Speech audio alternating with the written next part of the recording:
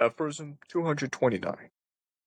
In late ages, which may be proud of their humaneness, there remains so much fear, so much superstitious fear of the savage cruel beasts to have mastered, which constitutes the very pride of those more humane ages, that even palpable trusts, as if by general agreement, remain unspoken for centuries, because they seem as though they might help to bring back to life that savage beast which has been finally laid to rest. Perhaps I am risking something when I let one of these truths escape.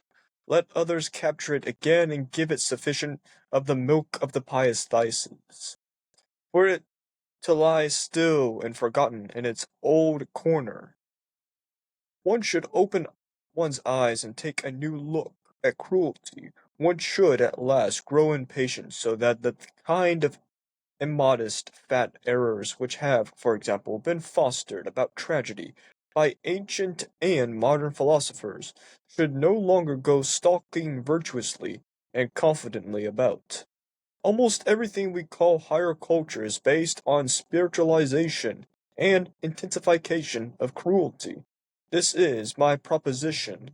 The wild beast has not been laid to rest at all. It lives, it flourishes, it has merely become deified.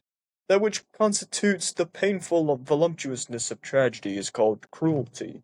That which produces a pleasing effect in so-called tragic pity. Indeed, fundamentally in everything sublime up to the highest and most refined thrills of metaphysics derives its sweetness solely from the ingredient of cruelty mixed in with it. With the Roman in the area, the Christian in the ecstasies of the cross, the Spaniard watching burnings or bullfights, the Spanish of today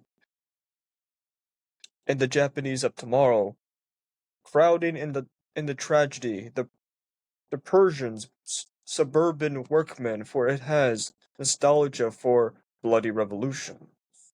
The Wagnerian, who, with all suspended, experiences Tristan and Isolde. With all these enjoy and look with secret order. So imbibed is the spicy potion of the great Cicero, cruelty. Here, to be sure, we must put aside the thick-witted psychology of former times which had to teach of cruelty only that it had its origin in the sight of the sufferings of others. There is also an overabundant enjoyment of one's own suffering, of making someone suffer. And wherever man allows himself to be persuaded to self-denial, in the religious sense, or to self-mutilation, as among Phoenicians and ascetics, or in general to desensualization, decarnalization, contrition, to puritanical spasms of repentance, to conscience vivisection, and to a Pascalian sacrificio de intelligentio. He is secretly lured and urged onward by his cruelty, by the dangerous thrills of cruelty directed upon himself. Consider, finally, how even the man of knowledge, when he compels his spirit to knowledge, which is counter to the inclination of his spirit, and frequently also to the desires of his heart, by saying no, that is, when he would like to affirm, love, worship, disposes as an artist in and transfigure of cruelty. In all taking things seriously and thoroughly, indeed, there is already a violation, a desire to hurt the fundamental will of the spirit, which ceaselessly strives for appearance in the superficial, and all desire to know there is already a drop of cruelty. Aphorism 230. Perhaps what I have said here of a fundamental will of the spirit may not be immediately comprehensible. Allow me to explain that commanding something, which the people calls spirit, wants to be mastered within itself and around itself, and to feel itself master. Out of the multiplicity, it has the will to simplicity, a will which binds together and tames, which is imperious and domineering. In this it needs and capacitates are at the same as those which physiologists posit for everything that lives, grows, and multiplies. The will of the spirit to appropriate what is foreign to it is revealed in a strong inclination to assimilate the new to the old, to simplify the complex, to overlook or repel what is wholly contradictory, just as it arbitrarily emphasizes, re- extracts, and falsifies to suit itself certain traits and lines in what is foreign to it, in every piece of external world. Its intention in all this is the incorporation of new experiences, the arrangement of new things within old divisions. Growth, that is to say, more precisely, the feeling of growth, the feeling of increased power.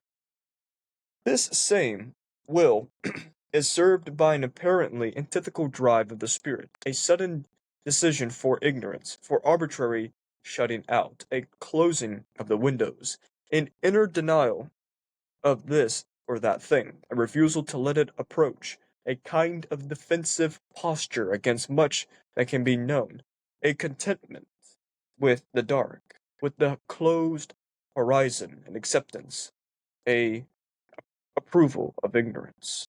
All this being necessary according to the degree of its power to appropriate, its digestive power to speak in a metaphor, and indeed the spirit is more like a stomach than anything else.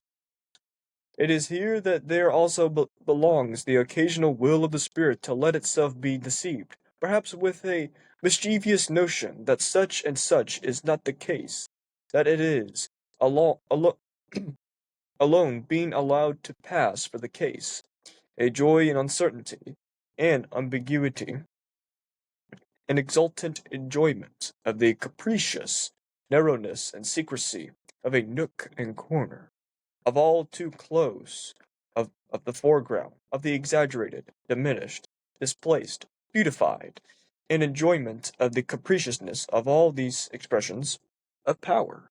Finally, there also belongs here that not altogether innocent readiness of the spirit to deceive other spirits and to dissemble before them that continual pressing and pushing of a creative, formative, changeable force. In this, the spirit enjoys the multiplicity and cunning of its mass. It enjoys too the sense of being safe that this brings for it. It is precisely through its prudent arts that it is best concealed and protected. This will to appearance, to simplification, to the mask, to the cloak, in short, to the superficial. For every surface is a cloak, is counteracted by that sublime inclination in the man of knowledge which makes a profound, many-sided, and thorough view of things and will take such a view. Is a kind of cruelty of the intellectual conscience and taste which every brave thinker will recognize in himself, provided he has hardened, sharpened, for long enough, his own view of himself, as he should have, and is accustomed to stern discipline and stern language.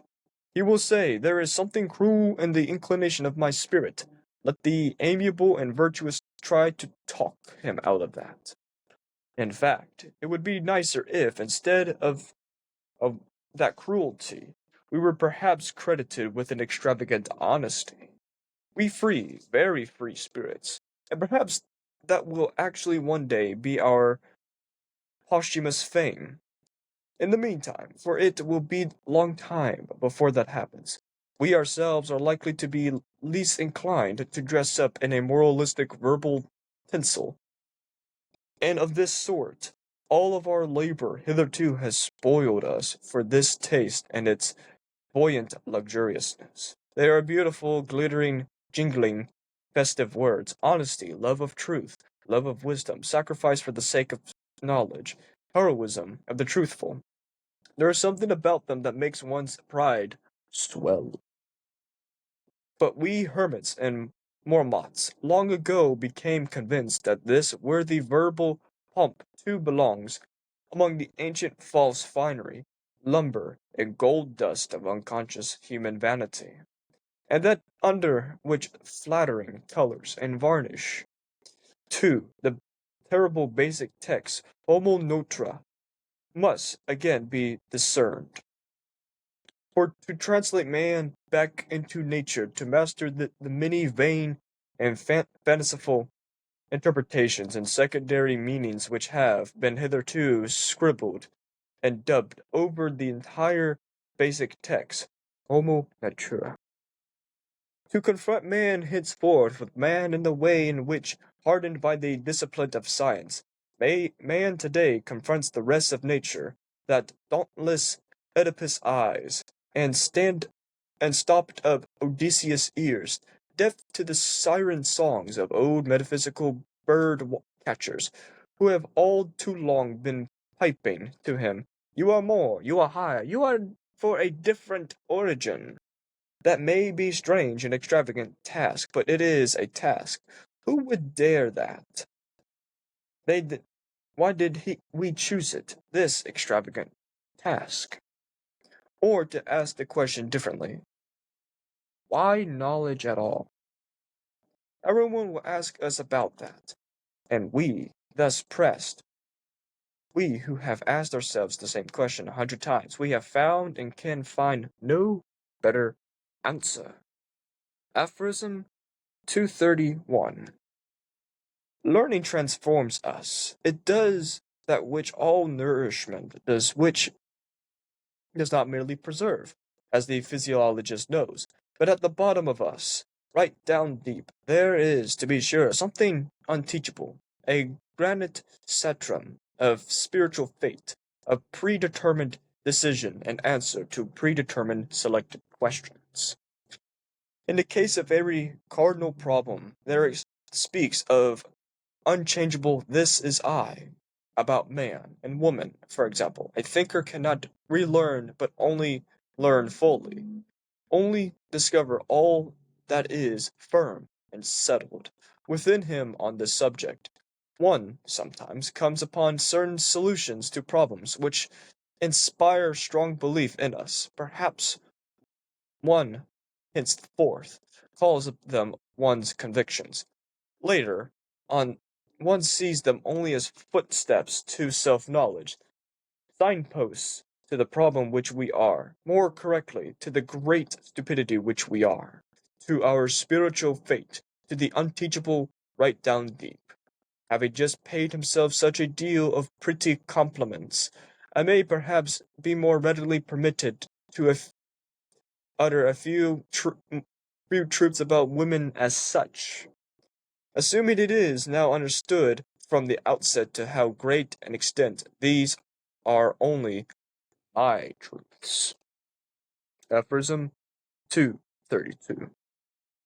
Warning, derogatory to women.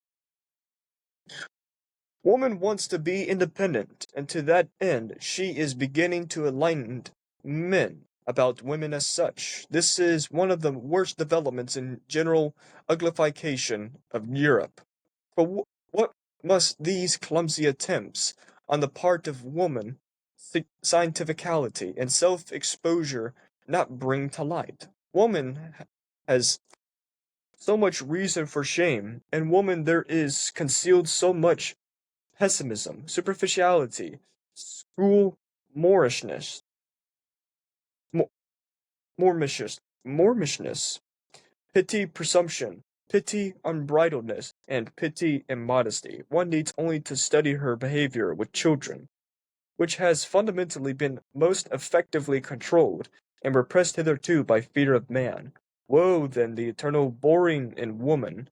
She has plenty of that, is allowed to venture forth, when she begins radically on principle to forget her arts and best policy. Those are charm, play, the banishing of care, the assuaging of grief and taking lightly, together with her subtle aptitude for agreeable desires. Already female voices are raised which, by holy astrophanies, makes one tremble. There are threatening and medically explicit statements of what woman wants of man. It is not in the worst of taste when woman sets about becoming scientific in that fashion. Enlightenment in this field has hitherto been the affair and endowment of men.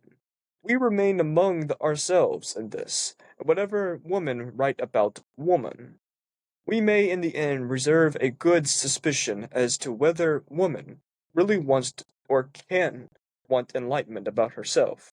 Unless a woman is looking for a new adornment for herself in this way. Self adornment pertains to the eternal womanly, does it not? She is trying to inspire fear of herself. Perhaps she is seeking dominion, but she does not want truth. What is true to a woman? For the very first, nothing has been more alien, repugnant, inimical to woman than truth. Her great art, to the lie, her supreme concern is appearance and beauty. Let us confess it, we men. It is precisely this art and this instinct in woman which we love and honor.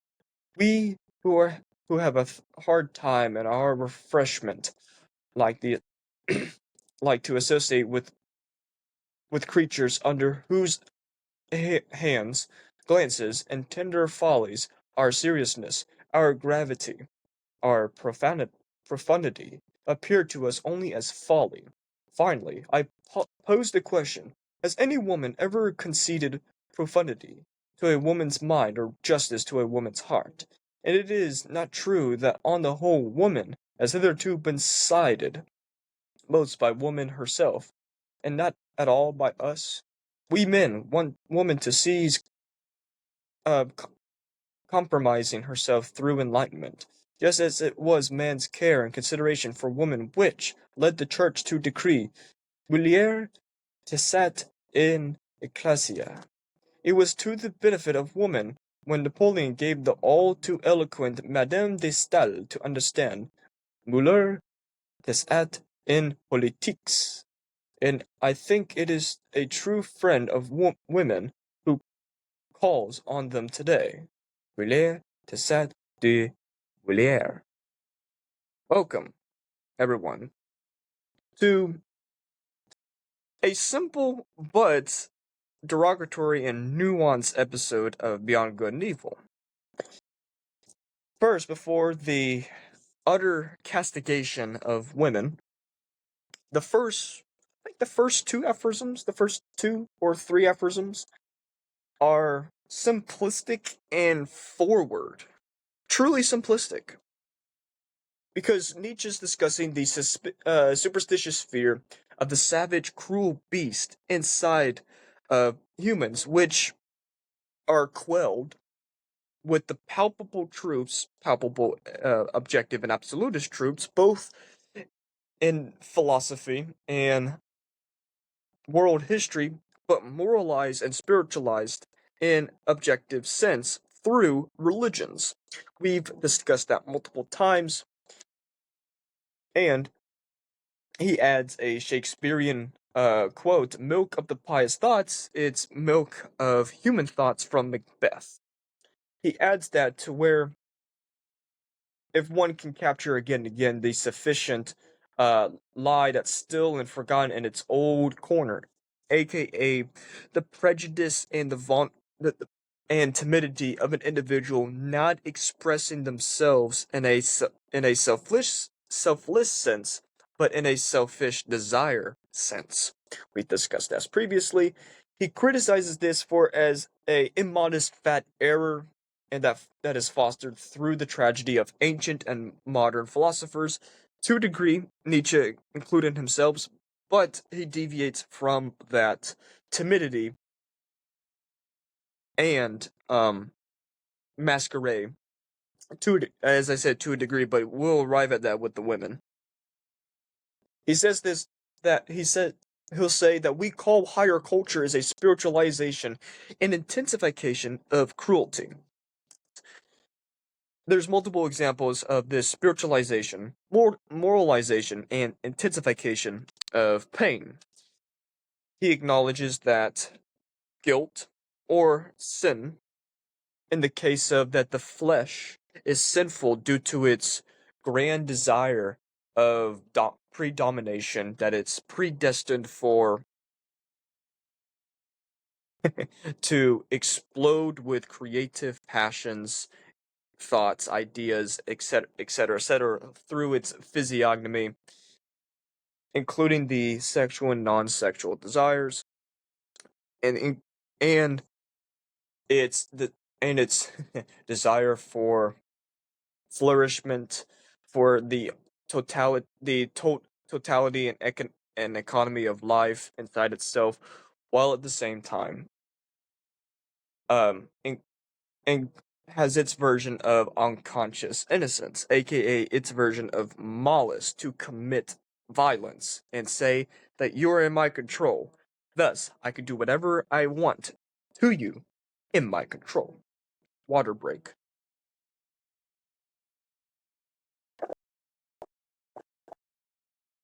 Aka the irrational desires and impulses become sin from the flesh, as I said earlier. But the pain or cruelty that's being introduced is the bad conscience or guilt, the moralization of the human body, spirit slash mind, the soul, etc., etc., etc. Ooh, if I could say it, etc., etc. He says this is what constitutes the painful voluptuousness and tragedy is cruelty. He says that it's at the same time tragic pity that involves the guilt, where pitying someone, and Nietzsche distinguished previously that the institutionalized pity from ecclesiastical and systematic religions is a form of pain infliction of an individual leveling another individual's pride to their level of pride and equalizing the field. And he says to it that this fundamentally is everything sublime to the highest and most refined thrills of metaphysics, aka something static and fixed. Derives its sweetness solely from the ingredient of cruelty mixed in with it. And he shows examples of the Roman arena or the Colosseum. It's the Flavian what's the Flavian amphitheater, because in front of the Flavian amphitheater was a statue of Nero or Colossus. Thus, they rechristened the amphitheater to the Colosseum. The Christian uh, their appealed nostalgia and ecstasy of the cross.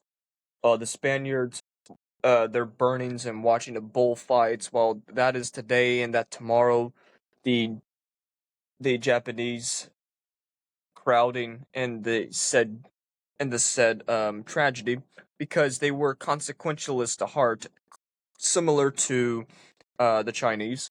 And he says the Persians and the Parisians have a workman as their nostalgia for bloody revolutions.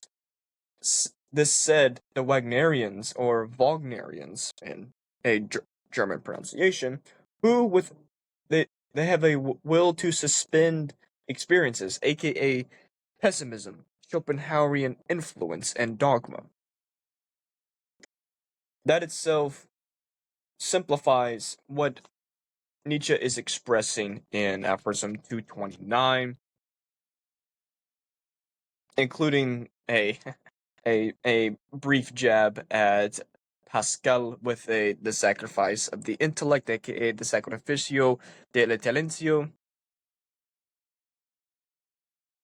And this ties beautifully with 230, because before he arrives at 230, he says, to desire to hurt the fundamental will of the spirit, which ceaselessly strives for appearance and the superficial, and all desire to know there is already a drop of cruelty there.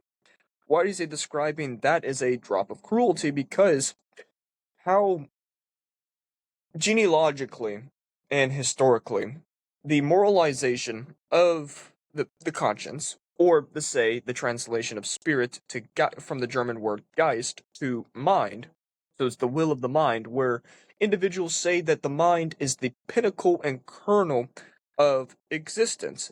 It propels human existence forward. Animals would disagree with that because they continuously have this unconscious desire to discharge the passion. But because humans are the one animal creatures to invent knowledge in this indifferent universe of physiological will battles, this becomes a breathless, impatient, and ceaseless motion for appearance and superficiality. He has a brief definition of this fundamental will of the spirit, with three distinctions of it too. His his definition is the commanding uh that commanding something which the people calls spirit or mind wants to be master within itself and around itself and to feel itself master. Out of the multiplicity it has the will to simplicity, a will which binds together and tames, which is imperious and domin- domineering, aka a similar to a will to nothingness. Well, no, that's incorrect. That's drastically incorrect. Well, to a degree it's correct of a will to nothingness, to value in the absence of desire to value is that nothing, aka nihilism. But what he's describing here, it's the multiplicity of this will to simplify life to an atomistic need, a self-preservation, or to use Herbert Spencer's phrase of the survival of the fittest. That's not a Charles Darwin quote because Herbert Spencer advocated for self-preservation. Charles Darwin didn't. AKA how the conscious simplifies the unconscious desires, the dynamic, fluid, and spontaneous desires to a rationalized, moralized, and conceptualized framework of what the unconscious is working. Which shows, and he says here that the power of the spirit to appropriate what is foreign to it is revealed in a strong inclination to assimilate the new to the old, to simplify the complex, or overlook or repeal what is wholly contradictory. AKA, one is timid and petrified to overcome a challenge. So they have this brief power reversing what is unknown to the something that's known, that's simplified and simple for them to act on and not overcome this fresh, unfamiliar, and unknown challenge in their lives. AKA they're not committing a self sacrifice. So he sees that as a contradictory. While at the same time it has this arbitrary emphasis, falsification, to every piece of the external world, its intention, and all that it wants to incorporate new experiences and arrangement of new things into old divisions, growth, it is to say, more precisely, the feeling of growth, the feeling to increase power. The body is responding with, feed me more. I want more of this. Something new, something fresh to wipe out the old dominions. I mean, I quoted the gay science the previous time. That quote is relevant to this. But Moses would say, "Thou shalt not kill." Quote Nietzsche. This same will is served by an apparently antithetical drive of that spirit to arbitrary narrowness, ignorance, the closing of the windows, the inner denial of this or that thing against that much that wants to be known, a contentment with the dark. If you've heard the quote, ignorance is bliss,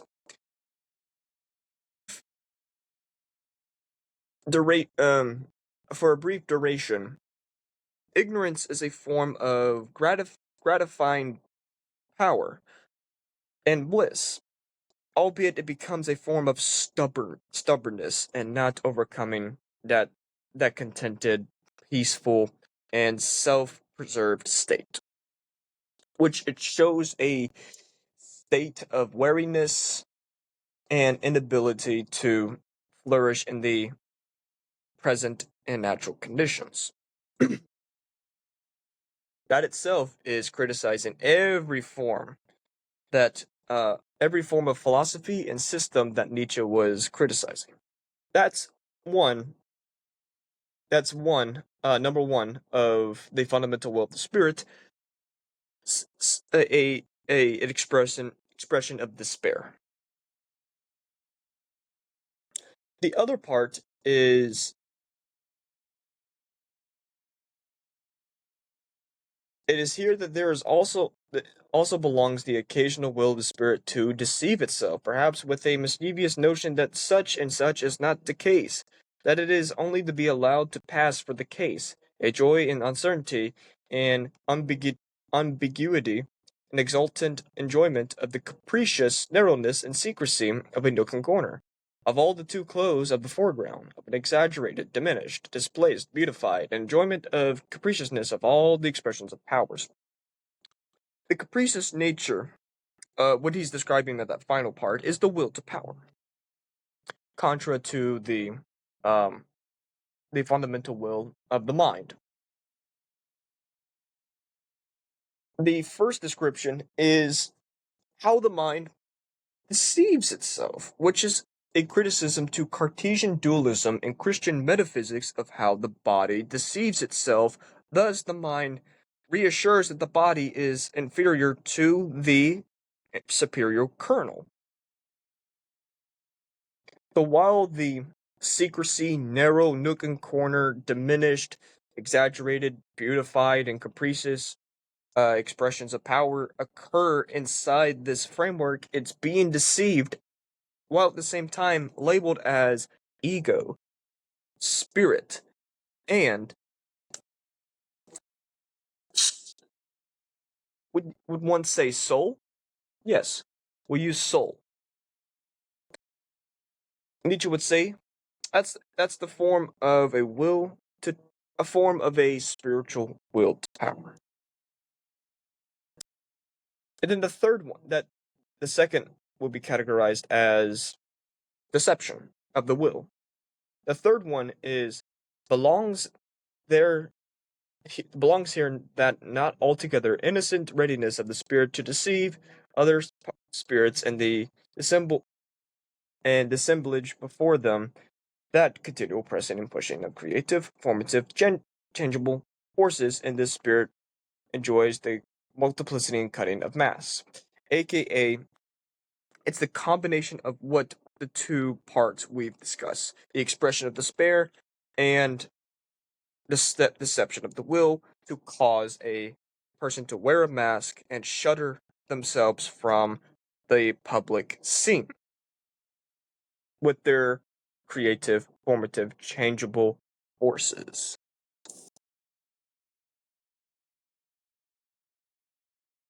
With he adds with their perilous language and discipline that involves in this continual will to truth and will to deception. He proposes a simple question of why not think differently, of why knowledge at all? Everyone will ask us about that, and we thus press. We who have asked ourselves the same question 100 times, we have found and can find no better answer. What he's describing here is once one arrives at the right down deep of something unteachable, the granite substratum of spiritual faith, the predestined decision with to the answer of predestined questions, is that the the crucial issue of one who speaks of an unchangeable I, which he's discussed multiple times in the first part, prejudices of philosophers, can only discover that it is firm and settled within him on this subject. Sometimes it inspires the problems of their strong beliefs in us today. Correct. Perhaps, and and thenceforth calls them one's convictions, air quote, convictions. One sees only them as footsteps to self-knowledge, and Nietzsche is skeptical of self-knowledge existing due to how perspectival or interpretive it is.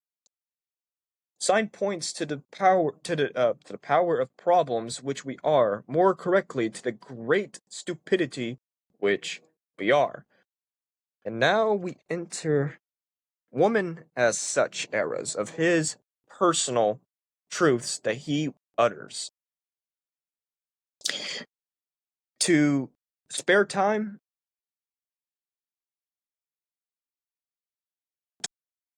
we will be defining the three prohibitions of women. The woman should be silent in church, woman should be silent when it comes to politics, and woman should be silent about woman, which is the first one of mulier, tacet, and ecclesia. It's a Latin phrase translated to woman should be silent in church. It's a associated passage in some versions of the New Testament. 1 Corinthians book 14 verses 34 through 35, 36, plausibly. It discusses the position in women in the inside the clergy to be silent in the early monastic Christian era. This phrase, women to be silent inside church, that attitude proposed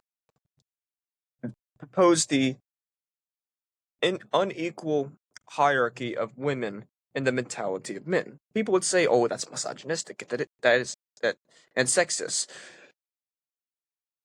You're utterly correct.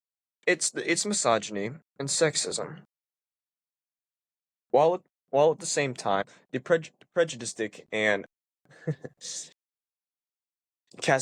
castigating perspective of the individuals at that time. While while it showed the limited roles of women inside the church, inside religions, scholars of this notion have reinterpreted differently throughout history of women's participation in church services till we arrive at the enactment or the mandation of women's position in the church in the Second Vatican in 1962. So that's Nietzsche's perspective of how women appear in church services to the decree of women should be silent in church. Well, the next one he discusses the benefit of women when Napoleon Bonaparte gave the all too eloquent Madame de Stael to understand "Muller, et in politics." Women should be silent in politics. Of how women, in Nietzsche's mind, were inept, rationalizing, overreacting, and exaggerating men with their enlightenment, their negotiation through democratic enlightenment. And Nietzsche uses Napoleon as a substitute to silence the feminine mind, the feminine side of, not solely silent, but repressed the feminine mind set inside Napoleon himself, and among the scale of men that were gullible, influenced, and deceived through the democratic enlightenment, aka a form of femininity. Whilst at the same time, it showed the limited positions in women in politics, excluding Empress Marie Theresa in the Austro-Hungarian Empire, and the swath of queens of England and Tsarinas of Russia. The next one is, I think it is a true friend of women who calls on them today. Vouloir tasser de vouliere. Latin translation of women should be silent of women. This has modern impact of how social media functions, where both genders are competing argumentatively with one another of who's correct, who's incorrect, who's superior, who's inferior. No in between, no gray matter, solely black and white. Not the Michael Jackson song. But upon the surface of this, of superficial information, including philosophy, psychology, history, morality, and to a degree, not to a degree, wholly a degree of scientificality, how both sides love a bourgeois social order with in the indoctrination to argue, be be selfless, be pitied, with the cunning motives of do as I say, but don't do as I act. This involves what Nietzsche saw in women among his time, including the uh, feminine and the masculinized women, aka the men, who create an off balance, a linear progression for the higher man, where individuals imitate the majority man, where man becomes woman and woman become man. And from this inappropriate approximation of the two, women have lost their inner femininity, their nurturing effect upon a man. Where we've arrived at, and this personally impacts me, where we arrived among age and modernity. This is me not pitying nor sympathizing, but critiquing. We arrive among a time where it will be overcome. We arrived where